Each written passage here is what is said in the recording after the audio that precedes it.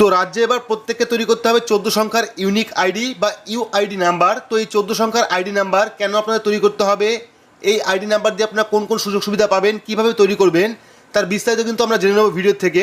তো ভিডিওটি অবশ্যই শুরু থেকে শেষ পর্যন্ত দেখবেন। ভিডিওটি ভালো লাগলে লাইক করবেন, চ্যানেলটিকে সাবস্ক্রাইব করে পাশে রাখা বেল আইকনটি প্রেস করে নোটিফিকেশন অল করে রাখবেন, সবার সুবিধার্থে ভিডিওটি শেয়ার করবেন। তো চলুন শুরু করি। তো একটি আর্টিকেলের মাধ্যমে আমরা দেখে নেব যে 14 সংখ্যার আইডি নাম্বার কি এবং এই আইডি নাম্বার থেকে আপনারা কোন কোন সুযোগ সুবিধা পাবেন, কিভাবে তৈরি করবেন। তো এখানে দেখতে পাচ্ছেন আপনার নাম আর নয় পরিচয়, 14 সংখ্যার আইডি দেবে সব উত্তর। তো ডিটেলস কিন্তু আমরা এখান থেকে দেখে নেব। তো স্বাস্থ্যসাথী কার্ডের আওতায় থাকা রাজ্যের সব মানুষের জন্য তৈরি হচ্ছে 14 সংখ্যার বিশেষ আইডি নাম্বার। সেই নাম্বার থেকেই জানা যাবে সংশ্লিষ্ট ব্যক্তি বা মহিলার শরীরে কী কী সমস্যা রয়েছে, তিনি রাজ্যের কোন হাসপাতালের অধীনে স্বাস্থ্যসাথী কার্ডের মাধ্যমে কোন কোন চিকিৎসা করিয়েছেন, কোন কোন চিকিৎসক তাকে দেখেছেন এবং তাকে কোন কোন ওষুধ দেওয়া হয়েছে। অর্থাৎ স্বাস্থ্যসাথী প্রকল্পের অধীনে থাকা একজন মানুষের চিকিৎসা সংক্রান্ত সব তথ্যই কিন্তু পাওয়া যাবে এই 14 সংখ্যার আইডি নাম্বার দিয়ে।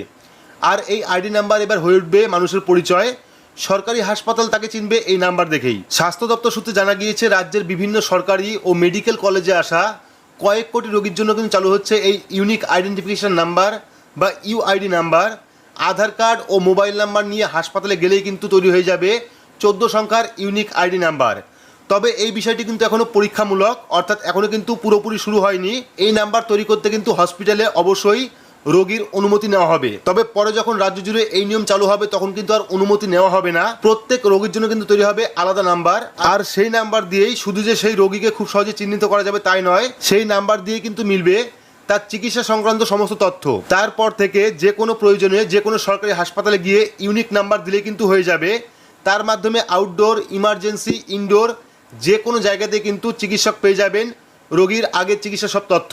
তো এখন রাজ্যের সরকারি হাসপাতালগুলিতে অনলাইনে আউটডোর টিকিট করতে গেলে চাওয়া হচ্ছে আধার নাম্বার, আর তা দিলে কিন্তু ওটিপির মাধ্যমে তৈরি হচ্ছে ইউআইডি নাম্বার, অর্থাৎ 14 সংখ্যার আইডি নাম্বার। পদস্থ কর্তাদের উপস্থিতিতে এক ভিডিও কনফারেন্সে প্রত্যেক জেলার স্বাস্থ্যকর্তাদের সাথে ইউনিক আইডি প্রকল্প বাস্তবায়িত করতে বলছে স্বাস্থ্য ভবন। সেই সূত্রে জানা গিয়েছে প্রকল্পটি আসলে ন্যাশনাল ডিজিটাল হেলথ মিশন অর্থাৎ কেন্দ্রের অন্তর্গত। তবে দেশের মধ্যে বাংলায় সবথেকে এগিয়ে রয়েছে এই প্রকল্পে। ভবিষ্যতে দেশের যে কোনো সরকারি হাসপাতালে রোগীর পরিচয় কিন্তু হবে এই 14 সংখ্যার আইডি নাম্বার। এর ফলে রাজ্যের বা দেশের যে কোনো সরকারি হাসপাতাল, মেডিকেল কলেজের আউটডোর, ইমার্জেন্সি কিংবা ইনডোরে ডাক্তার দেখানো বা ভর্তি করতে কিন্তু কোনো অসুবিধা হবে না। চিকিৎসা সংক্রান্ত সব পুরনো কাগজপত্র বই বানানোর কোনো দরকার নেই, ইউনিক আইডি জানালেই হবে।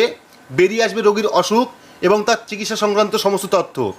অর্থাৎ এবার থেকে কিন্তু তৈরি হবে ইউনিক আইডেন্টিফিকেশন নাম্বার বা যেটাকে বলে ন্যাশনাল ডিজিটাল হেলথ মিশন। তো এই কার্ড আপনারা কীভাবে তৈরি করবেন এই নিয়ে কিন্তু আমরা আগেও ভিডিও করে রেখেছি, ডেসক্রিপশন বক্সে ভিডিও লিঙ্ক পেয়ে যাবেন এবং সেখান থেকে কিন্তু আপনারা অনলাইনে national digital health mission card তৈরি করতে পারবেন বা হেলথ কার্ড তৈরি করতে পারবেন। তো আশা করছি বোঝাতে পেরেছি যে 14 সংখ্যার ইউনিক আইডি কী, এটি দিয়ে আপনারা কোন কোন সুযোগ সুবিধা পাবেন, কীভাবে তৈরি করবেন। তো ভিডিওটি আপনাদের কেমন লাগলো অবশ্যই কমেন্ট বক্সে কমেন্ট করে জানাবেন। ভিডিওটি ভালো লাগলে লাইক করবেন, চ্যানেলটিকে সাবস্ক্রাইব করে পাশে রাখা বেল আইকনটি প্রেস করে নোটিফিকেশন অল করে রাখবেন, সবার সুবিধার্থে ভিডিওটি শেয়ার করবেন। তো আজকের মতো এইটুকুই, ধন্যবাদ।